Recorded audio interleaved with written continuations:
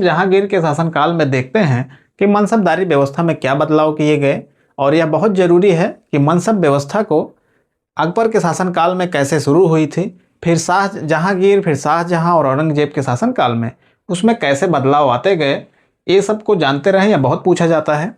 तो अब तक हमने देखा कि 1595 में जहांगीर और अकबर ने जात और सवारों का जो प्रचलन था वह शुरू किया था, वह 1595 में था। अब जहांगीर मनसबदारी व्यवस्था में एक बदलाव लाता है, वह सवारों की संख्या बढ़ाने के लिए उसमें 2 अस्पा और सिंह अस्पा इसकी व्यवस्था करता है सवारों की संख्या बढ़ाने के लिए।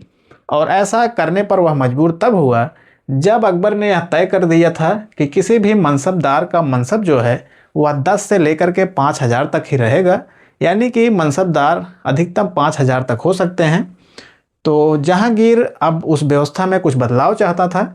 उसने सोचा कि किसी भी मनसबदार को यदि वह अच्छा काम करता है और उसे वह पदोन्नत करना चाहता है, तो इस वजह से अब उसके, क्योंकि मनसब बढ़ा नहीं सकता था, तो उसने यह व्यवस्था लाया कि वह सवारों की संख्या बढ़ा करके, और जब सवारों की संख्या बढ़ती है तो उसका वेतन भी बढ़ता है और उसका जो वास्तविक शक्ति है यह भी बढ़ती है, हमने इसको बताया ही। तो सवारों की संख्या में वृद्धि करने के लिए या फिर मनसबदारों के पदोन्नत करने के लिए जहांगीर ने मनसबदारी व्यवस्था में 2 अस्पा और सिंह अस्पा की शुरुआत की। तो इसको इसलिए हम कह सकते हैं कि मनसबदारों को पदोन्नत करने के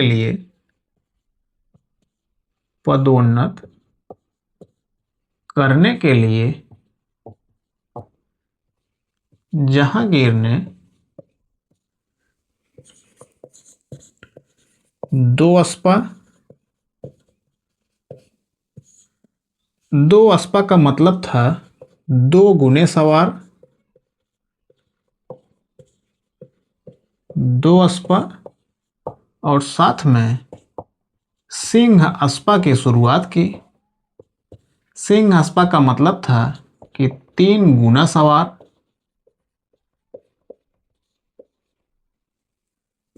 की शुरुआत की।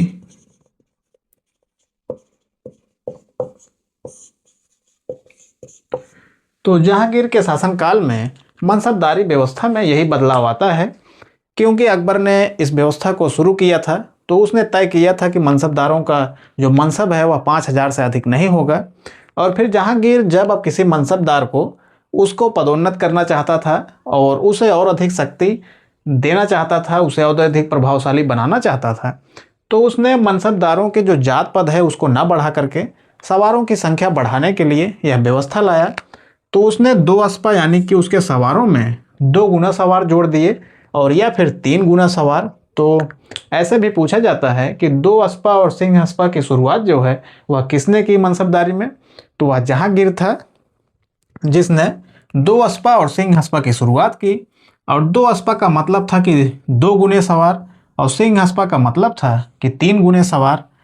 अब किसी भी मनसबदार को पदोन्नत करने के लिए जहांगीर यह व्यवस्था लाया। अब मान लेते हैं कोई मनसबदार है जिसे जहांगीर पदोन्नत करना चाहता है, क्योंकि अब मनसब उसका 5000 जात से अधिक नहीं बढ़ाया जा सकता उसका जात पद, तो सवारों की संख्या में वृद्धि कर देने से, हमने बताया था कि सवारों की संख्या ही मनसबदार की वास्तविक शक्ति का सूचक था। तो इसी वजह से जहांगीर ने मनसबदारों की जो सवारों की संख्या है वह बढ़ा दी। तो अब सवार 2 गुने हो सकते थे, उसके मनसब से 3 गुने हो सकते थे उसके जात पद से, और इससे उसका वेतन भी बढ़ जाता, उसका प्रभाव भी बढ़ जाता। तो इसको ऐसे समझें कि मान लेते हैं कोई मनसबदार है जिसका वेतन, जिसका जात जो है वह 2000 का है, पर उसके सवार जो है, अब सवार उसके इसमें 3000 2 अस्पा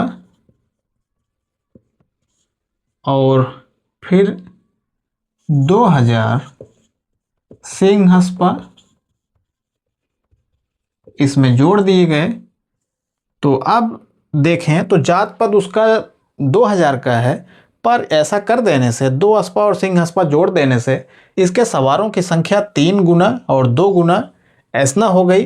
तो इस वजह से अब सवारों की जब संख्या बढ़ गई तो उसका वेतन भी अधिक मिलता था, और इन सवारों के लिए जो अतिरिक्त सवार थे इनको अलग से इनका वेतन देने के लिए अलग से जागीरें दी जाती थी। और पहले हमने बताया था, शायद नहीं बताया, कि जो मनसबदारों का वेतन है वह नगद भी दिया जाता था, लेकिन ज़्यादातर जो उनका वेतन है वह जागीर के रूप में मिलता था। तो इन मनसबदारों को अपने सैनिकों का खर्च निकालने के लिए जागीरें दी जाती थी। तो उन्हीं जागीरों से मनसबदारों के जो सवार थे उनसे अपना खर्च चलाते थे। तो ये हो गया कि दो अस्पा और सिंह अस्पा की शुरुआत जहांगीर ने की। तो कैसे आपने देखा कि जो दो अस्पा है यानी कि सवारों की संख्या में 2 गुना वृद्धि, सिंह अस्पा का मतलब है कि सवारों की संख्या में 3 गुना वृद्धि।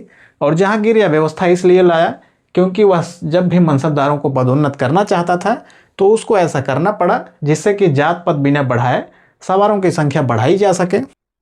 तो शाहजहाँ के समय में अब हम मनसबदारी व्यवस्था को देखते हैं कि शाहजहाँ के समय क्या बदलाव आया। तो जहांगीर के विषय में हमने देखा कि उसने सवारों की संख्या में वृद्धि करने के लिए, अपने मनसबदारों को पदोन्नत करने के लिए उसने सवारों की संख्या बढ़ा दी। 2 गुने और 3 गुने जो सवारों का जो व्यवस्था है यह जहांगीर लाया। अब जब शाहजहाँ अपने समय में शाहजहाँ को जब सुल्तान बनता है, जब वो बादशाह बना, तो बताया जाता है कि अकबर के शासनकाल से ही जो जमा और हासिल है उसमें काफ़ी अंतर आने लगा था, उसमें बहुत अंतर आ रहा था। और जब शाहजहाँ बादशाह बना तब उसने इस व्यवस्था में या फिर जमा और हासिल के अंतर को पाटने के लिए, इसमें कमियों को दूर करने के लिए उसने सिसमाहा जागीर और समीहा जागीर की व्यवस्था की। तो इसके पहले देखते हैं कि उसने मनसबदारों में मासिक वेतन प्रणाली या फिर माहवारी प्रणाली लागू की। यह बहुत पूछा जाता है कि किसने मासिक वेतन प्रणाली लागू की। तो शाहजहां ने मनसबदारों के लिए मासिक वेतन प्रणाली लागू की। मासिक वेतन प्रणाली, इसे ही आप माहवारी प्रणाली भी कह सकते हैं। फिर इसी जमा और हासिल के अंतर को पाटने के लिए, और जमा और हासिल क्या है इसको भी जानते रहें, यह बहुत ज़रूरी है। तो जमा जो होता था, जमा का मतलब था अनुमानित राजस्व। अनुमानित राजस्व। और जो हासिल है इसका मतलब था वास्तविक राजस्व।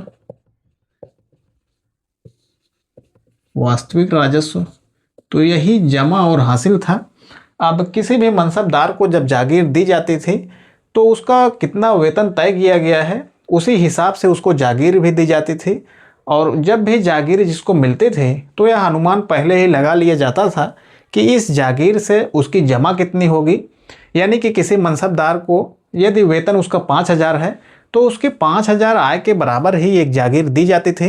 लेकिन इसमें समस्या तब आई जब जमा जो राज्य आंकड़ा लगाता था कि इस जागीर से 5,000 की आमदनी हो जाएगी और मनसबदार का खर्च निकल जाएगा, लेकिन वास्तविक रूप से जब फसल होती थी उससे जो वास्तविक रूप से जो राजस्व मिलता था, पता चलता था कि जो जमा थी उसका आधा कई बार होता था, कई बार उससे भी कम।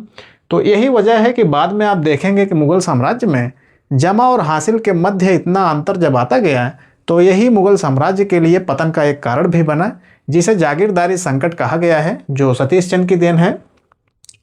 तो यही जमा और जो हासिल है यही होता था कि कोई भी जो जागीर है, कोई क्षेत्र है, उससे जमा यानी कि अनुमानित राजस्व पहले ही आंकड़ा लगा लिया जाता था कि इस क्षेत्र से इतनी आय होगी।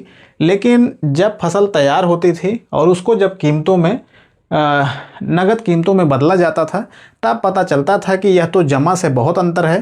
तब मनसबदार को भी इससे समस्या होती थी, क्योंकि मनसबदार को जो सवार रखने होते थे उसमें उसके सैनिकों को बताया गया रहता था मनसबदार को कि उसका वेतन इतना है, उसे इतने सैनिकों का खर्च जो है इस जागीर से निकालना है। लेकिन समस्या तब हुई जब पता चला कि उस क्षेत्र से हासिल जो है, वास्तविक जो राजस्व है, उसकी जो वेतन है उसे बहुत कम मिले। तो यही समस्याएं थी। तो इस समस्या को दूर करने के लिए शाहजहां ने इसमें ऐसा कर दिया, इसमें कहा गया है सिसमाहा जागीर। सिसमाहा जागीर। दूसरी थी समीहा जागीर, यानी कि जो जागीर मनसबदारों को दी गई थी उसी में उसने दो तरह की जागीरों को ऐसे उसको चिन्हित कर दिया। तो सिसमाहा जागीर का मतलब होता था कि ऐसी जागीर जिसमें जो जमा थे हासिल उसका आधा होता था, यानी कि सिसमाहा जागीर का मतलब है कि जमा का 50% हासिल वाली जागीर। यानी कि अब सिसमाहा जागीर से पता चलता था कि यदि जमा उसकी जितनी थी तो इससे 50% यानी उसका आधा हासिल यानी कि वास्तविक राजस्व प्राप्त होता है, तो वह थी सिसमाहा जागीर। और फिर समीहा जागीर जो थी, समीहा जागीर का मतलब था कि जो जमा है यानी कि जो अनुमानित राजस्व है इस जागीर का, उसका उस जमा का लगभग जमा के 25%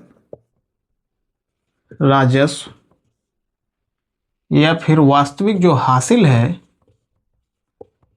ये वाली जागीर थी, वाली जागीर, इसे समीहा जागीर कहा गया है। तो ऐसा कर देने से शाहजहां ने जब उसमें जागीरों को चिन्हित कर दिया है सिसमाहा जागीर और समीहा जागीर में, यानी कि जो जमा है इस जागीर से जमा के आधा राजस्व यानी हासिल मिलता है और समीहा जागीर से उसकी जमा का 25%। तो अब जिस मनसबदार को सिसमाहा या समीहा जागीर मिली है तो उसमें यदि उसका हासिल आधा है या आधे से कम है तो शाहजहां ने उसमें यह भी बता दिया या फिर छूट कर दी कि जब अब मनसबदार को उसका जो सवारों की संख्या है तो ऐसे लोग जिनको सिसमाहा जागीर मिली है या समीहा जागीर या उनकी जागीरों में जो जमा है उसके हासिल जो है उसका आधा या उससे कम है, तो उन्हें अब उनके अपने जो सवार रखने होते थे, यानी पहले ही बताया था कि राज्य को एक निश्चित मात्रा में सैनिक मनसबदार को रखने होते थे राज्य की सेवा के लिए। तो अब ऐसे जागीरों में जिनमें हासिल बहुत कम था उनको सैनिकों की संख्या में छूट दी गई। उनसे कहा गया कि आप बहुत कम भी सैनिक रख लेंगे तब भी चलेगा, क्योंकि सैनिकों को रखने का जो खर्च है वह उस जागीर से नहीं मिल पाता था। तो इसी वजह से शाहजहां ने यह छूट कर दी कि ऐसे मनसबदारों को छूट होगी जिनकी हासिल बहुत कम है, यानी कि उनका राजस्व जो है उसको बहुत कम जागीरों से मिल रहा है। तो ये सब व्यवस्थाएं थी शाहजहां के शासनकाल में। अब औरंगजेब ही बचता है जिसके शासनकाल में हम उसको भी देख लेते हैं, फिर ये पूरा मनसबदारी व्यवस्था